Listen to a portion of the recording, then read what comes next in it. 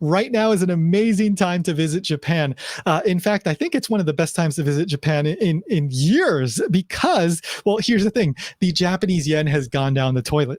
So I know that's kind of harsh, but it's kind of the truth. So if you're earning dollars or a lot of other major currencies, it's actually really, really favorable for you to go spend some money in Japan right now. Food, hotels, transportation, just about everything is so much cheaper than it was a few years ago. So if you're thinking about finally going to Japan, experience it, do it, pull that trigger, get over there, have some fun. But before you do that, I have this episode of Japan Station for you. So my name is Tony.Vega, and here on the show, I interview people and we talk about Japan. So on this episode, my guest is Miyuki Seguchi. She's a licensed travel guide based in Gifu Prefecture.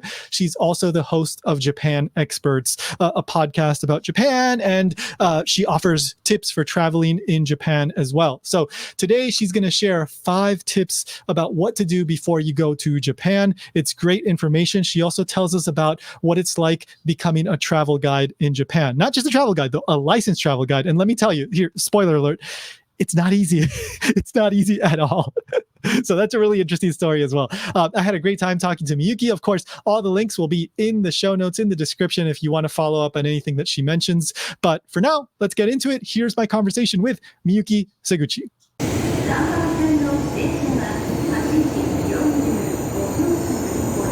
I know you're a licensed guide. Like, so what does that mean? Like, obviously you do tours and stuff like that, but like licensed, like there's a program in Japan, like you have to pass some tests or something. Like what is that? Sure. So currently in Japan, anyone who wants to provide guided tours to international visitors can do can offer the service. But we have a national licensed guide system in which basically like we need to all the licensed tour guide has to pass the exam that's run by the Japanese government. So that's taken annually. So just only one time, like once every year, there's exam. And I took the exam just like before the pandemic. So it has been a few years since I passed the exam and became the certified guide. Yes. Cool. And like, what is the test like? Like, do they ask you like about, I don't know, like, yeah, because does it depend on like what kind of tours you're going to give, or is the test the same for everybody? Yes, I can answer that. So you don't have to give us the answers, but just a general idea. Like, so it's so interesting. Like a tour guide, like everybody has to know this. Like, what kind of things do they ask? So to give a simple answer, probably the exam is a lot more harder than that. So for the year, just to give an exam, like give you the reference, for the year, like passing rate for the year I passed the exam, the passing rate was under 10%. So it's not the exam you can pass without studying very hard. So basically there are 5 subjects you have to take a test on, which is the first round of the process. So you have the English or the language you speak, history, geography, travel regulations and laws, and what's called general knowledge, which covers anything related to Japan. So from the number of Japanese Nobel Prize winners to a place that the popular movies were filmed at to the Constitution of Japan. Like which konbini has the best onigiri, stuff like that, right? Like no. Yeah. I'm joking. So the things that have a specific answer. I know. Yeah, like general Japan knowledge. And it's the kind of stuff that I'm sure tourists, like they'll ask you or comes up naturally in a tour. You know, you might be talking about something and all that knowledge helps you when you're, talking to like a person on your tour, right? Yes, correct. So basically that's the first round of the exam. And when you pass when you score the 70 or above, in each subject, you will be invited to the second round of the examination, which is a face-to-face interview. Oh, So wow. where your presentation, interpretation, and hospitality skills are examined, among all other things. So that's the process basically. Yeah. Wow. So just curious, like, so how long did you prepare for that? So usually many people do so it's just only that examination takes place only once a year. So usually many people take multiple years to pass the exam. And I went to the school. Actually, there is a school in Japan that's dedicated to this examination. And I went there. Actually, many people, many license guide, most of the people I know go to this school, but basically I went there like for about 10 months. So very intensive. And I studied very hard and passed the exam for just like with a one try because I didn't want to study any longer. So. I know. Yeah. True. 10 months. That's amazing. Jeez. Huh. So, but then, okay. So you have the license, but now do you do your own private tours? Like, do you have your own company? Like, what do you do now? So I do provide private tours in my home region, which is Central Japan. But I also provide a range of pre-travel services that are designed to help international visitors create their personalized travel plan that maximize their Japan experience. So these are like mainly two things I do as part of my service. Awesome. Okay. So, I assume lately, there was like what 3 years of like nothing, and now it's like just crazy, right? The tourism again. People are coming back to Japan right now, right? Yes, definitely. Yeah. Yes. Yeah. Me too. So, and the yen is so cheap right now, so it's like it's such a great time to go to Japan for like people with dollars right now. So, totally recommend it. Exactly. Yes. It's a great time to visit Japan. Definitely. So, all right. So, well, we talked before, you contacted me and we were talking about what we could talk about. And since, you have this, professional background in tourism, you're a licensed guide and you work with, so many people that come and do private tours and all that. You have an interesting perspective, compared to me. I've been to Japan so many times. I kind of I don't even think about it anymore, but you get to talk to so many people that have been to Japan, they're going for the first time, everything is new to them. They're worried about the language. They're worried about this and that, and they don't know anything. So I'm curious, like given your experiences, what are some tips that you can give people going to Japan? I know you prepared kind of 5 general, tips or advice for people. Could you kind of give us some of that information for anybody that's thinking about going to Japan? Sure, absolutely. So my first suggestion is to plan your trip properly. And this is such an obvious thing, but I cannot stress enough about the importance of travel planning if you'd like to make the most of your visit. And while my clients who visited Japan earlier this year said, I had never done this much planning for a trip before, but wasn't going to if I didn't work with you. But I'm so glad I did, because we wouldn't have done half as much as we had been able to if we weren't planning. And in fact, one of the things I found through speaking to hundreds of people who are considering visiting Japan is that too many people are leaving the details undecided until they arrive at their destination. So people say they have an itinerary, but when I actually speak to these people, what they have is a list of cities or towns where they have booked accommodation. Right. So while I understand some people prefer to have some flexibility in their itinerary, if you are creating a multi-city travel plan and want to maximize your travel experience, it would be best to be more specific about your travel plan.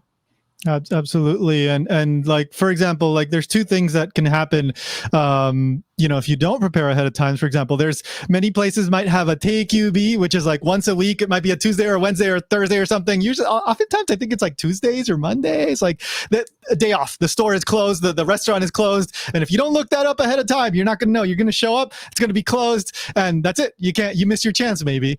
And then other like museums and stuff, sometimes you have to reserve ahead of time. Like I know like the Tokyo Ghibli Museum and some other places, like you really have to have a good, like, I don't know, maybe a few weeks or maybe months ahead of time to get like a good time, because they can be very popular. So absolutely, like I totally agree with that. And if you don't, you can miss out on some of the stuff that you really want to do sometimes. Yes, and another benefit, if I could add, is Yeah. to you're likely to sometimes, like if you make the advance bookings, you can get a discount for the ticket. Good point. Yes, Good point. so there are many benefits to early pre-travel planning, I'd say. Yeah. No, good point. Good point. All right. So then what's another tip that you have for us? So my second suggestion is to know what options there are available beyond major tourist attractions. So actually, like one of my clients who joined my private tour in Hikone, and that's where one of the places I provide a tour, is that she said she really enjoyed getting away from hustle and bustle of the crowds in the city with my side trip to Hikone. And she also said she advised anybody doing a multi-city tour to build in some downtime in local areas. And because she found that Hikone was like more quiet and nice compared to all other locations, and she wasn't really aware of the location before, but it was one of the highlight of her trip, she said. So there are like so many locations that are not well known or to many people, but these are places. There are like a lot of places that are worth visiting, and it's just like not unknown, but it's just like not well known, but Sure. it's still like it's very the appealing to many people. And if you love some kind of like quieter time, or like you want to have some downtime away from major cities, there are like so many places you could consider in rural areas and the countryside, and that's something I want to promote more on. So Yeah, absolutely. I mean, it's the common thing, right? You go to Tokyo and then you might like, stay mostly in that area, but there's so much more, outside of there. And, like Hikone, for example, I've been to the castle in Hikone. I haven't really seen much aside from that, but the Hikone castle is one of my favorites. It's such a great and unique place. Like it's so different from other castles. Like I really remember that visit to Hikone Castle. So I'm so glad to hear that, because that's one of my favorite castles as well. So yeah, it's very different in the architecture, the construction, and it's like original, right? So like it's not one of like Osaka Castle, for example, it's concrete and stuff. It's cool. But to get to see like an original castle with a different style of architecture, that's a trip that I really remember. So like I totally recommend checking out Hikone. Yeah. That's great. Yes, Yeah. indeed. Yeah. All right. So then number 3, what else do you have for us?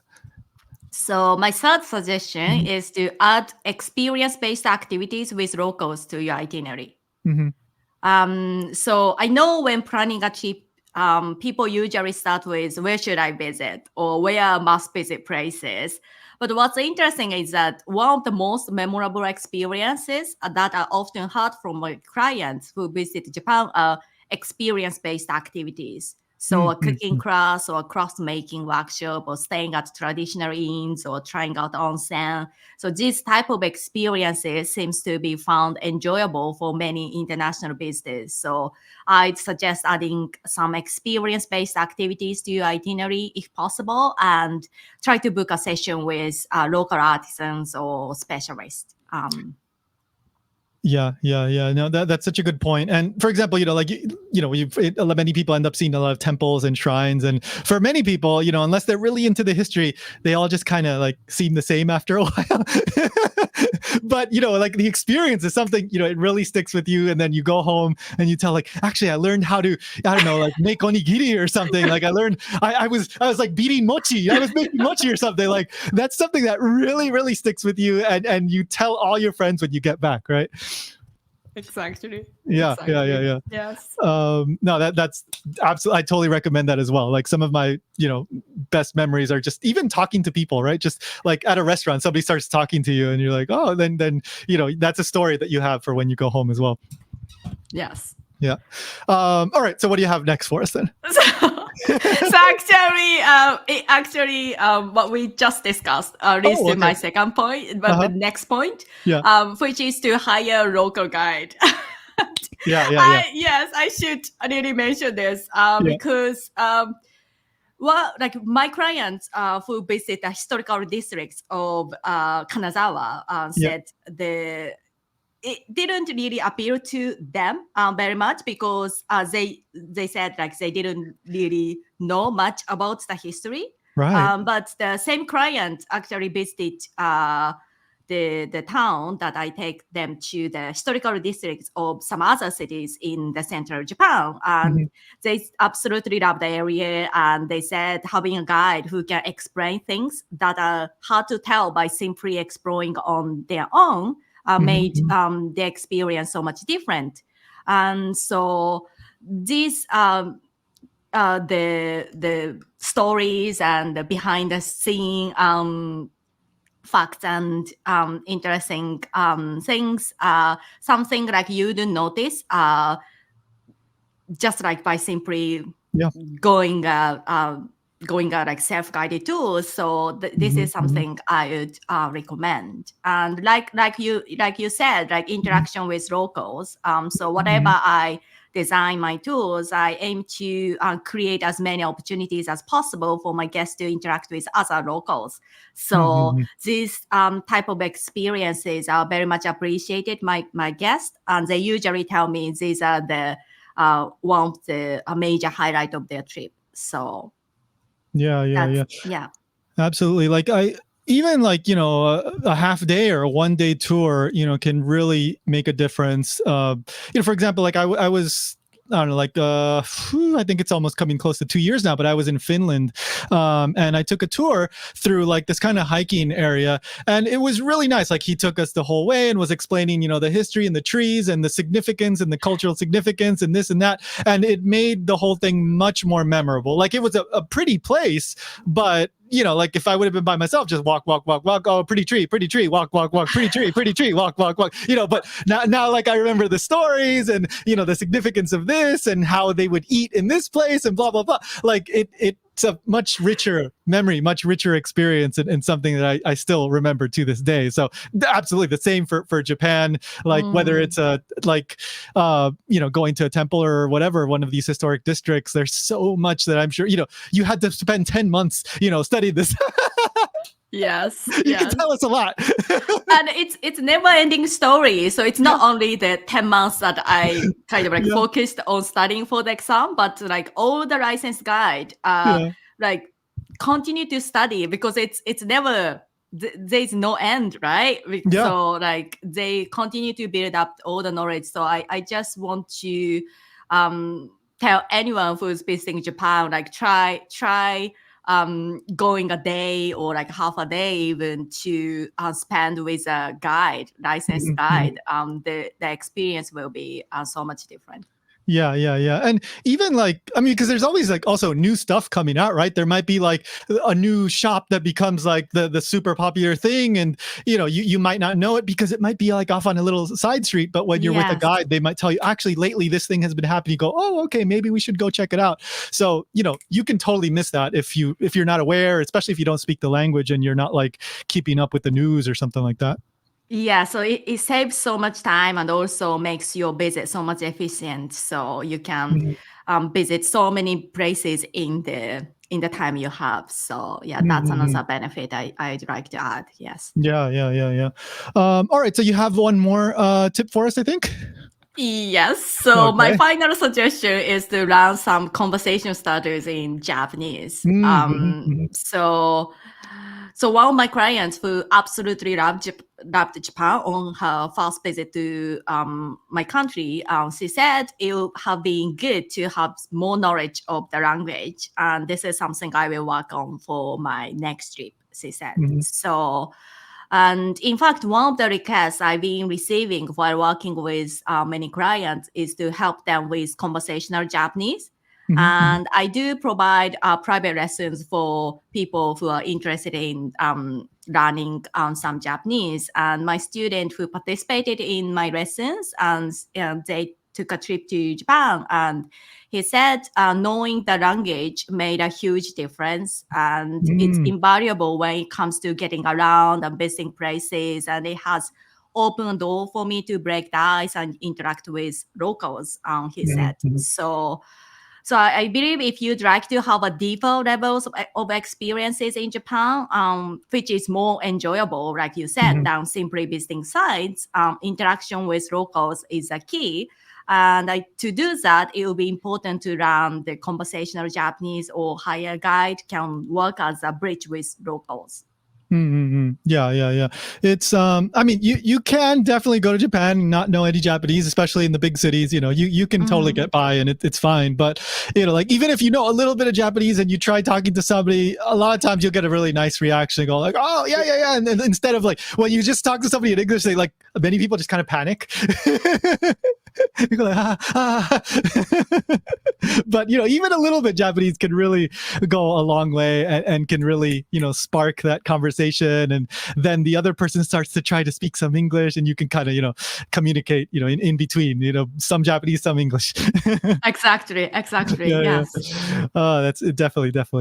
All right, so you do tours as well, so can people like reach out to you and like say, Miyuki, I want to do this or this? Like how does it work, like if people are interested? Yes, so I have a website, so all the Mhm. details are on my website. But just to quickly, Mhm. I do live in central Japan, so Mhm. all my tours are. So I do provide tours to locations in Aichi, Gifu, Shiga. That's the areas that are close to where I live. So I Mhm. provide tours there. So what's one thing that might be unique to my tours is that all my tours are free customizable and private tools. So I design and create tools based on the needs and the interests of my guests. So usually I pick one or two sites that are worth visiting and that are culturally and historically important to important site. And Mhm. also I combine the experience-based activities, like I mentioned, like with the local artisans or specialists. So could be the like sword making demonstration, or Mhm. tea tasting and blending, or some like pottery workshop with some painting experiences, sort of the experience with the locals. Mhm. And also I pick the restaurant that serve the best local specialties, which usually don't have the English menu. So Mhm. my guests can taste the best of the local dishes and in a very authentic feel to it. So Mhm. these I do provide a day tour usually. Mhm. So one place I provide tours is Hikone. As you mentioned, the Hikone Mhm. Castle tour is something I provide, or I provide tours to Nagoya or some other locations in my home region. So, And what? Just I'll include the link in the description and all that. But what's the website? so my website is basically my name, so miyukiseguchi.com. Okay, great. Yes. Great. And then you also do a podcast, as I said at the beginning. But what? Can you tell us a little bit about the show? Yes, so I host and run a podcast called Japan Experts. So all the content is designed to help international business with planning and preparing for a trip to Japan. So this has covered a number of topics, including practical tips and actionable steps that you can apply to your travel planning journey. So simply just search the Japan Experts and you will find it. And Yeah, and if you are so podcast is completely free, and if you are looking for some additional free resources, I do offer a step-by-step Japan travel guide, the 7 steps to creating your unique immersive travel experiences. So if you are interested, you are welcome to grab one from my website too. Awesome. So again, all the links will be in the description in the show notes. So if you're interested in going to Japan, especially Central Japan, you want to have Miyuki take you to the most amazing tour ever. Through Hikone and Aichi and Gifu as well. Which I haven't been to Gifu, so maybe I should go check out Gifu with you. Like I was literally just like a month ago or so. I was in Aichi and Shiga. Oh no! Yeah, because You I was missed the walking. Gifu? Yeah, I missed Gifu. Yeah, because I was walking the Tokaido, so the Tokaido doesn't go to Gifu. Oh no! Yeah. But it's so close. I know, but it's not the Tokaido. So I have to go to Gifu. Gifu's a place I haven't been to yet. I should go check it out. So, Please. Anyway, check it out, guys. Description. Miyuki, thank you so much for making time for sharing your knowledge and sharing those tips. Thank you. My great pleasure. Thank you so much for having me. Yeah. All right. See you next time. Thank you.